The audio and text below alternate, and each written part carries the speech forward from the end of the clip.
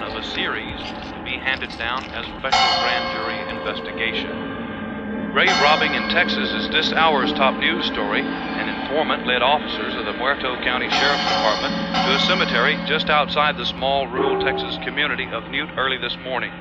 Officers there discovered what appeared to be a grisly work of art, the remains of a badly decomposed body wired to a large monument. A second body was found in a ditch near the perimeter of the cemetery. Subsequent investigation has revealed at least a dozen empty crypts, and it's feared more will turn up as the probe continues.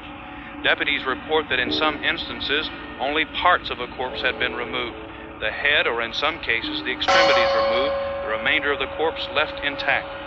Evidence indicates the robberies have occurred over a period of time. Sheriff Jesus Maldonado refused to give details in the ghoulish case and said only that he did have strong evidence linking the crime to elements outside the state. Area residents have reportedly converged on the cemetery, fearing the remains of relatives have been removed.